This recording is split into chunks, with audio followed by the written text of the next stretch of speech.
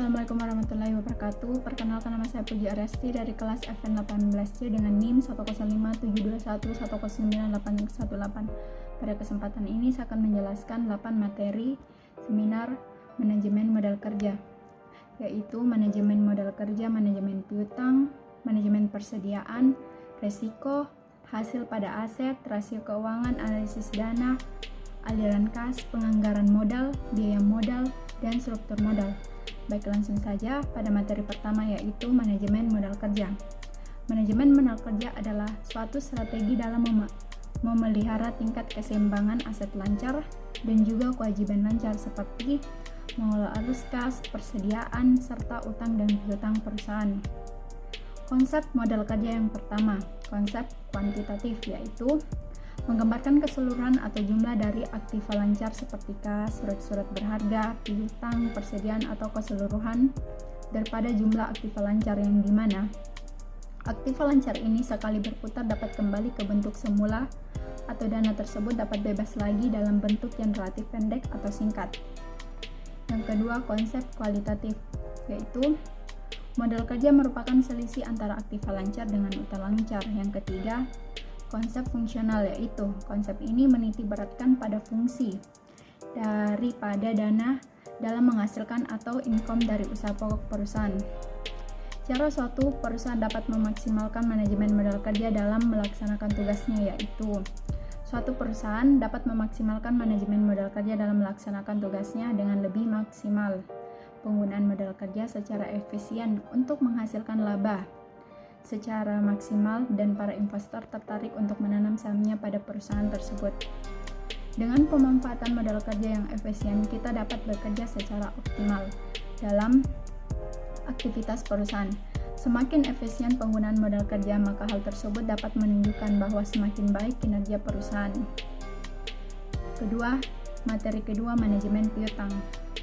Manajemen piutang adalah tagihan kepada pihak lain di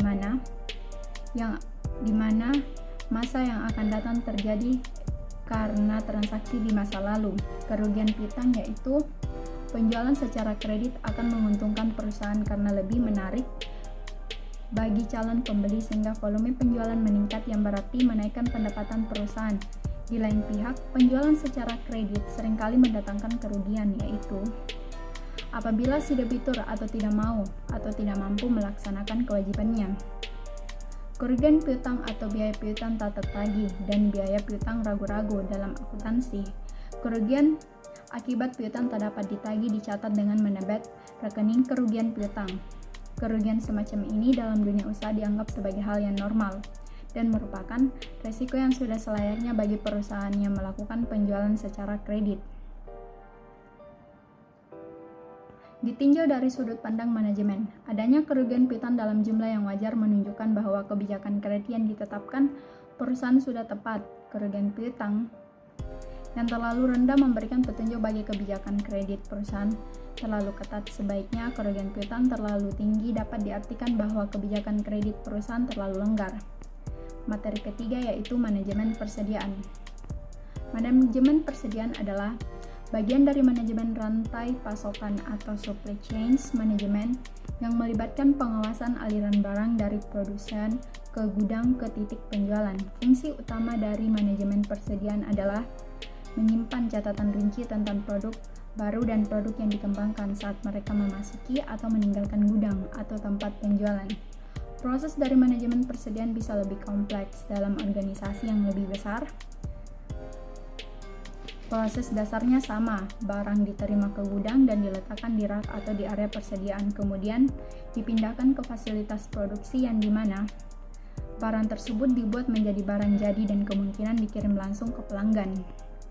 Di perusahaan yang lebih kecil, barang yang diterima dari produsen dapat langsung masuk ke area stok untuk di distributor, grosir. Barangnya adalah produk jadi, bukan barang mentah. Proses manajemen persediaan memerlukan penggunaan berbagai jenis data untuk melacak barang, termasuk jumlah barang, harga barang, nomor seri, nomor lot dan tanggal, dan lainnya. Materi keempat, resiko dan hasil pada aset. Resiko akan selalu ada dalam setiap investasi, karena investor harus memproyeksi berapa besarnya cash flow atau penerimaan yang akan diterima selama usia investasi. Pada prinsipnya, semua keputusan yang diambil oleh manajer keuangan baik yang menyangkut keputusan investasi, keputusan pembelanjaan, dan kebijakan dividen memiliki tujuan yang sama. Pengukuran rasio adalah usaha untuk mengetahui besar atau kecilnya resiko yang akan terjadi. Hal ini dilakukan untuk melihat tinggi rendahnya resiko yang dihadapi perusahaan, kemudian bisa melihat dampak dari resiko terhadap kinerja perusahaan, sekaligus bisa melakukan prioritasi resiko. Risiko yang mana yang paling relevan? Portofolio adalah sekumpulan investasi baik berupa aset real atau real aset maupun aset keuangan atau finansial aset. Portofolio juga menunjukkan kesempatan investasi pada aset keuangan seperti saham biasa, saham preference, obligasi perusahaan, dan surat berharga yang dikeluarkan oleh pemerintah. Materi kelima, rasio keuangan. Rasio keuangan sendiri adalah salah satu metode analisa keuangan yang digunakan sebagai indikator penilaian perkembangan perusahaan dengan mengambil data dari laporan keuangan selama periode akuntansi, sehingga dapat diketahui bahwa maksimum keuangan perusahaan. Selain itu, terdapat dua jenis metode perbandingan keuangan, yaitu metode common size dan metode analisis time series atau forecasting. Sedangkan analisis 2 point yaitu merujuk pada suatu kerangka kerja yang digunakan dalam menganalisis kinerja fundamental perusahaan. Dinamakan demikian karena kerangka kerja tersebut diinisiasi oleh DuPont Corporation pada tahun 1920 khususnya terkait proses analisis keuntungan yang diperoleh perusahaan. Materi keenam yaitu analisis dana dan aliran kas, merupakan alat analisis finansial yang digunakan untuk mengetahui dari mana dana didapatkan dan untuk apa dana itu dibelanjakan. Pada modal kerja, untuk menyusun laporan sumber dan penggunaan dana, langkah pertama yang harus dilakukan adalah membuat laporan perubahan neraca yang disusun dari neraca dari 2 tahun berurutan. Laporan ini menggambarkan perubahan dari masing-masing elemen neraca, dari neraca awal hingga akhir. Perubahan masing-masing elemen tersebut perlu dilakukan analisis, yaitu elemen-elemen mana saja yang akan memperbesar dana. Elemen yang memperbesar dana akan menjadi sumber dana dan elemen yang memperkecil dana akan menjadi sumber penggunaan dana. Aliran arus kas adalah metode untuk memberikan kondisi keuangan perusahaan. Bisa dikatakan analisis arus kas adalah semacam studi tentang pergerakan uang tunai yang masuk dan keluar melalui bisnis yang disebut anggaran kas. Nantinya anggaran ini akan menentukan pola bagaimana perusahaan membayar dan menerima uang. Tujuan dari analisis arus kas adalah mempertaruhkan uang yang cukup untuk operasional perusahaan dari bulan ke bulan. Materi ketujuh yaitu penganggaran modal. Penganggaran modal adalah proses menyeluruh, menganalisa proyek-proyek dan menentukan mana saja yang dimasukkan ke dalam anggaran modal. Dampak yang terjadi jika terjadi kesalahan dalam penganggaran modal kerja yaitu akan mengakibatkan kebangkrutan, dan cara mengatasinya dengan merevisi anggaran yang dibuat. Cara menentukan penganggaran yang baik dengan peran manajemen keuangan yang harus melakukan evaluasi, misalnya pada controlling dan organizing. Yang terakhir atau materi ke-8 yaitu biaya modal dan struktur modal. Biaya modal adalah biaya yang harus dibayar atau dikeluarkan untuk mendapatkan modal yang digunakan untuk investasi perusahaan.